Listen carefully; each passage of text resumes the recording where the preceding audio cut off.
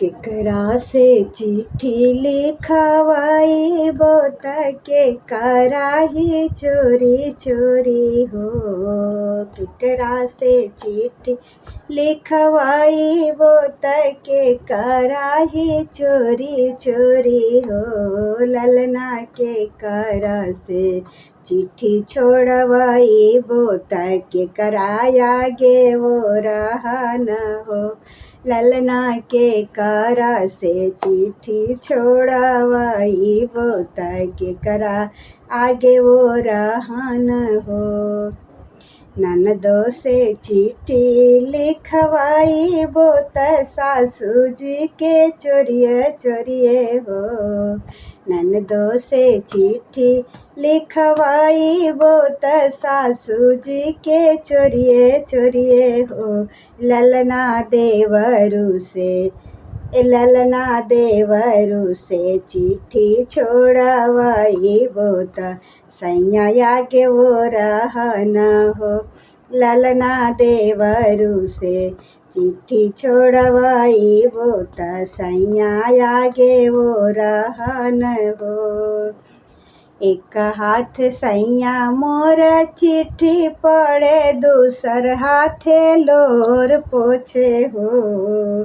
एक हाथ सैया मोर चिट्ठी पढ़े दूसर हाथे लोर पोछे हो। ए अम्मा कवन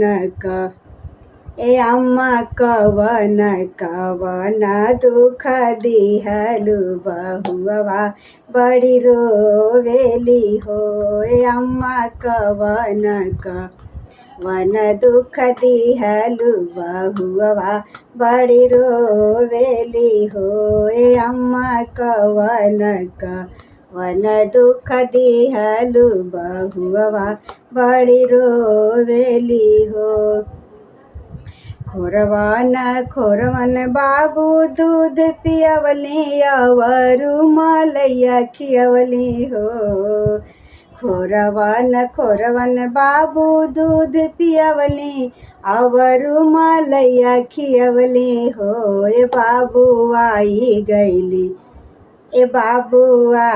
गईली तोहरो याद बहुआ दुबारा आई गईली हो।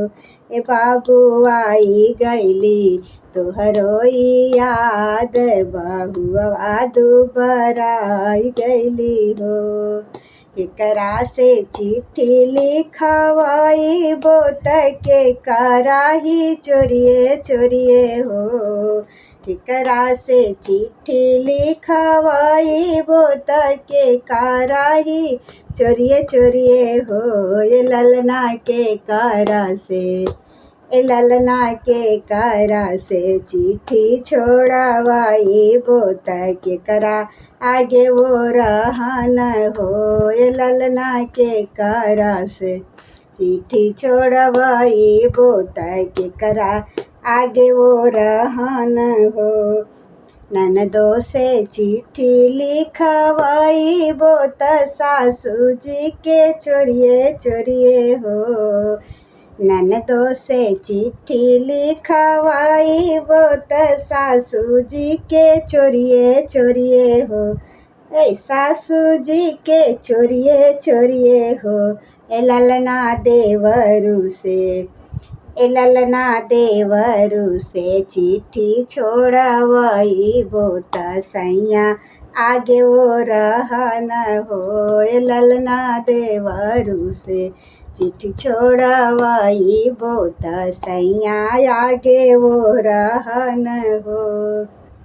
एक हाथे सैया मोर चिट्ठी पढ़े एक हाथे लोर पोछे हो।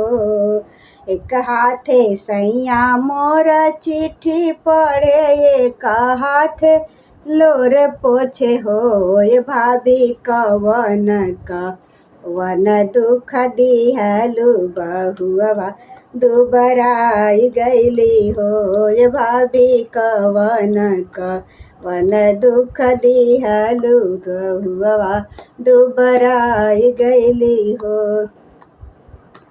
खोरवन बाबू दूध पियवले अवरू से घीव पियवले हो। खोरवन बाबू दूध पियवले अवरू से घीव खियवले हो। ये बाबू आई गईले तोहरो याद बहुआ दुबारा आई गईली हो। ए बाबू आई गईली तोहरो याद बहुआ दुबारा आई गईली हो। केकरा से चिट्ठी लिखवाई बोत के कराही चोरिया चोरिया हो। ए ललना के करा से चिट्ठी छोड़वाई बोता के कराया गे वो रहन हो। ए ललना के करा से चिट्ठी छोड़वाई बोता के करा आगे वो रहन हो। मैं बहुत प्यारा सोहर गाई हूँ, अपने जाने में तो अच्छा गाई हूँ, लेकिन कैसा है आप लोग लाइक करिएगा, सब्सक्राइब करिएगा, कमेंट करिएगा, प्लीज़ प्लीज़ मेरा सपोर्ट करिएगा। राधे राधे, जय श्री कृष्ण।